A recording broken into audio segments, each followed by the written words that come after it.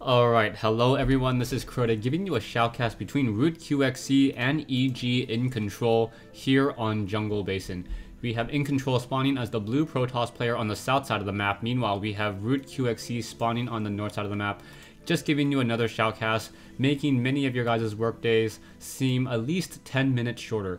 Anyways, back to the game, and both players, I guess, just talking a lot and enjoying themselves for a little bit. And early portion of the game, not much is really going on, and I don't see any real cheese. Some players wonder why, or some viewers wonder why I don't bother fast forwarding the early portion of the game. And the reason why I don't fast forward is it almost gives you a false sense of what StarCraft 2 really is sometimes. Kind of like when you watch, when you watch poker on television, you only see like the really big hands. And sometimes, a lot of the times, the games are not always about those big hands and those monster pots, but being able to play the small hands, the small pots, and figuring out each other's strategies and then building from there. So that's the reason why I don't like to fast forward through the games too much. I think it makes everyone or all the viewers a better group of players, as I realize I need to say to do not disturb. And now we see these units just wandering around. So you see iNcontrol just coming into here, trying to take down one of those SCVs. SCV going to be able to chase after once again, and then come back into here. Meanwhile, back over in iNcontrol's base, iNcontrol currently warping in a gateway. And I'm curious as to what he really will be going for. He doesn't have anything near his front door so much. Meanwhile, QXC going for a second barracks. So interesting that he goes for a second barracks, and does he see it? I do not think he sees it yet, and he hasn't seen the gas here yet, and he quickly sees that another building has been placed down. So iNcontrol does know that it is going to be a 2 racks mass marine push early portion of this game. We do see that iNcontrol does have an assimilator already up and did in fact transfer some probes into that assimilator right now. We'll see what's really going to become of that. Will he go for that cybernetics core? Will he try to deviate from his strategy, or will the mass marines just be too much? The marines are just currently rallied to the front door. The probe now coming around along this side, perhaps going to try to hide a proxy pylon. I don't think so, no. Just wants to make sure that there is double racks. 2 racks now, still training up more units, and now getting the supply depot up and running. Back over here, we now finally see QXC will be able to come up this ramp in just a moment and get a lot of scouting done. We now see a cybernetics core and a gateway, so it is going to be a 2-gate with a core. And we also see that iNcontrol has saved up a fair amount of energy on the Nexus in order to chrono boost out units if he needs to. That does mean that his economy is not nearly as ahead, and now iNcontrol doesn't see a bunker being placed on the front door, and now 3 marines already on the move, 1 probe on the low ground trying to keep track of these marines, and will perhaps just try to stay on that high ground, activate that Zelnaga watchtower, see even more marines funneling down the ramp in addition to some SCVs as this first bunker has been completed. Stalker will be walking out and does see that there is a bunker currently being laid down. There it is, and now SCV hiding in the bunker as that Stalker trying to deal some damage. The Stalker, however, going to have to start fighting against those Marines, and now out comes 1 Marine already in place, 2nd Marine. SCV now starting to get those bunkers and bunker repaired as that Stalker going after the bunker. Oh, went after the SCV. Nicely done once again, making sure to save those very vulnerable SCVs. Now we see those Stalkers trying to micro back and forth. Both have a range of 6, so this is going to be absolutely critical, as we now have warpgate research currently being teched. Another bunker perhaps needs to be laid down as these Stalkers are trying to walk around, and if the Stalkers are able to completely walk around, this is going to be a very big problem. But no, the Stalkers now walking onto that low ground, and that is going to be an issue now. 1 SCV now taken down, trying to get some distance. Another SCV going to get picked off. Not a very smart move there, as QXC losing some of those SCVs, but now nowhere to run, and now those Marines are just able to deal a lot of damage over here. Back over here, we now see 1 bunker currently fighting back, 1 Marine inside there, as the rest of these Marines are going to try to clean up those units here. We now see 1 Stalker was taken down there as it was not being microed, and 2 Marines able to finish off those 3 Stalkers. Marines now rallying out and now going after the assimilator. A really bad call as those Marines now pulling back. We do see a couple of those Marines will get picked off. Another Marine going to get picked off there. 2 Marines now trying to fight back against a Stalker. That bunker still causing a lot of problems as those Marines just still funneling out, and nicely done by QXC as he now transitions into a factory. So the Marines once again trying to give chase against those Stalkers. iNcontrol just doing a great job microing his Stalkers, making sure that those Stalkers do not take that much actual damage. You can see iNcontrol pulled back with this 1 Stalker that only had that had a lot of its shields depleted, and now the Stalkers are going to perhaps try to walk around again. Is it going to be able to trap them? And now QXC realized that his bunker was not covering that front door, and now 4 Stalkers on the move. Marines on the high ground, 4 Marines against 4 Stalkers, not going to be all too successful, as iNcontrol able to save all 4 of his Stalkers. 1 Stalker down to 10 hit points. Perhaps that 1 Stalker should move to the back of the line so it does not take too much damage. There you go. iNcontrol now moving back with that 1 Stalker, letting those shields naturally recharge.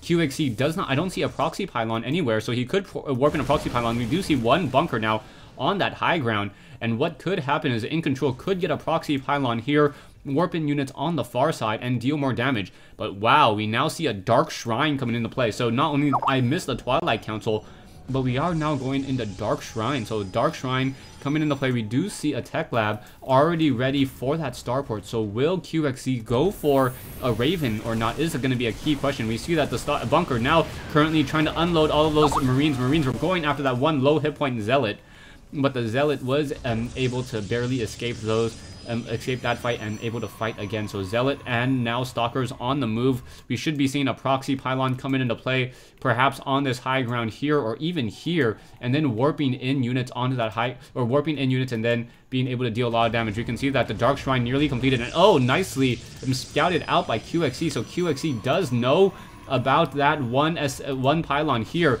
and those Dark Templars will be able to get in there very, very easily. We now see a bunker coming online.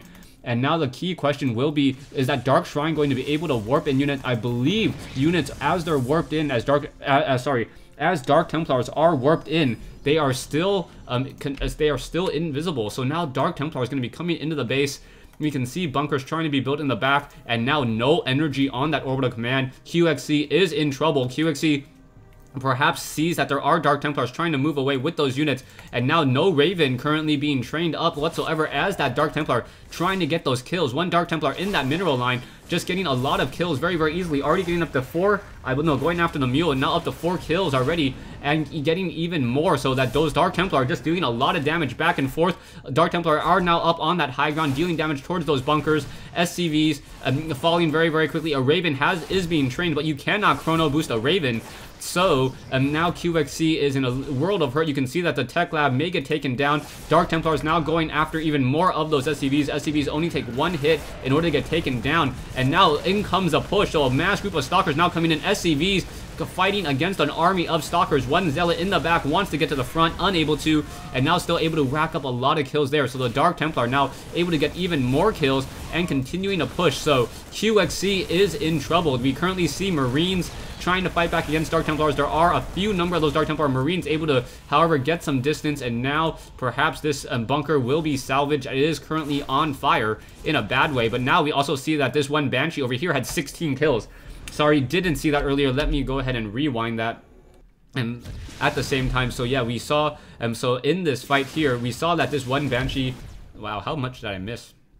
So the Banshee was able to come in from the far side of the map, and now currently sitting on 3 kills right as there's a front door push here. So iNcontrol, perhaps microwing over here, doesn't know about his probes getting attacked, and now in comes that Banshee. So there's that Banshee, and that Banshee already up to 11 kills, just racking it up there, and now both sides hitting on a lot of, getting low on harvesters, but obviously QXC definitely much further behind. We now see a robotics bay currently being warped in, as Dark Templars trying to slice down this orbital command. Orbital command may start to burn. Yes, it will start to burn, but I believe he will be able to repair it. It would be a mistake if QXC, yeah, QXC is going to, in fact, salvage that bunker, getting the full 100 back, even though that building was on fire. Back over here, another Nexus was canceled, and now 1 Banshee is really what's all that's keeping iNcontrol from the win. That Banshee now coming in, going after even more probes. Stalkers need to be warped in. 1 Stalker now making its way over, not enough energy to cloak, so that Banshee will be forced to pull back there. Now going after 1 Stalker that was currently warping at the same time, and that Banshee cannot win in this engagement, trying to micro that Banshee, being forced to pull back even further, and now that Banshee down to 20 hit points, not looking all too good. We now see a group of Marines on the move, and QXC with a much stronger army.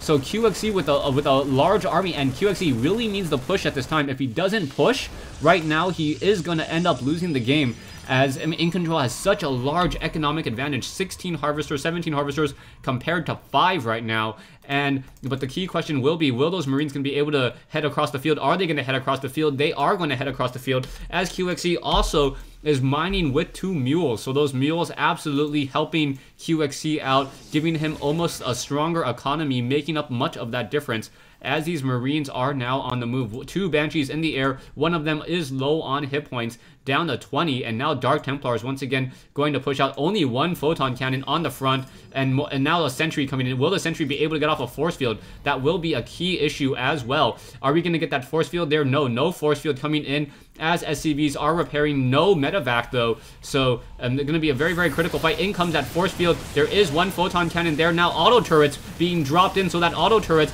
being placed on that high ground, dealing a lot of damage, and that is surprising. So QXC using auto turrets very, very effectively, and was able to destroy the cannon there. And many of those stalkers, and wow, the auto turret for the win in that engagement. I believe this is going to be too much now. QXC is freely in the base. Banshees are in the air, going to be able to deal a lot of damage. There are photon cannons trying to be warped in. And now these Marines are going to slowly try to take down all the production buildings, and perhaps even take down the Nexus just beyond combat range.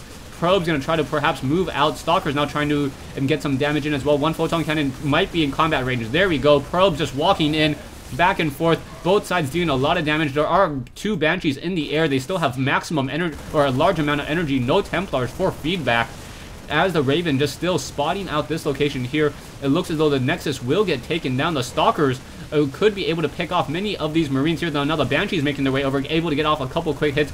Down goes the Nexus, and now iNcontrol doesn't have enough energy. That's going to be a problem, as only 1 photon cannon is left here. Only 1 pylon powering that group of buildings. Banshee's able to come back in. Another auto turret may be dropped, and now that is the GG.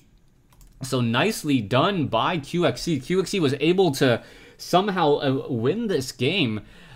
Back and forth, really. Marines and Banshee beating Dark Templars here on Jungle Basin. We did have that warp across. We had Dark Templars, a unit that we don't see too often in StarCraft 2.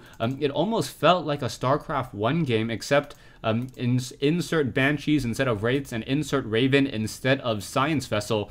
And that was a pretty decent opening coming in from iNcontrol. iNcontrol trying to abuse the fact that QXC wouldn't have that much detection, but QXC did start to tech to a starport, and already had a starport with a tech lab when that first Dark Templar came into play. So when QXC was able to get that early Raven, and then you saw how critical that early Raven really was. Being able to drop down 3 auto turrets. Auto turrets deal a lot of damage.